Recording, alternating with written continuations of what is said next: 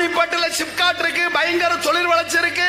எண்ணிக்கொள்கள் 20 ஆண்டுகளில் நடக்கக்கூடிய 5 ஒருவருக்கு புத்துநோய் வரும். குரோமியா இருக்கு 2,40,000 டன், மெர்க்குரி இருக்கு, ஹைட்ரோகுளோரிக் ஆசிட் இருக்கு, நைட்ரிக் ஆசிட் இருக்கு. இது எல்லாமே இந்த சிப்காட்ல இருக்கு. இதை அகற்றுறதுக்கு தொழில்நுட்பம் உண்டா தமிழ்நாட்டு அரசில்? மழை பெய்ய பெய்ய நிலத்தடி நீர்ல இறங்கிட்டு இருக்கு. அதான் நம்ம குடிச்சிட்டு இருக்கோம்.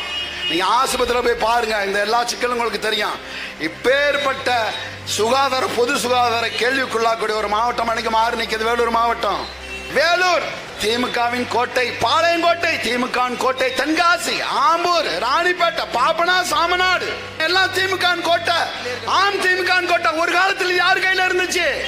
அடிமை இந்தியாவில் 29 சட்டமன்ற உறுப்பினர்கள் வைத்து எங்கள் ஐயா கண்ணியமே காகிதம் இல்ல இந்த நாட்டின் எதிர்கட்சி தலைவர் 29 சட்டமன்ற உறுப்பினரை கொண்ட முஸ்லிம் லீக் எந்த இடத்துல வந்து நிக்குது?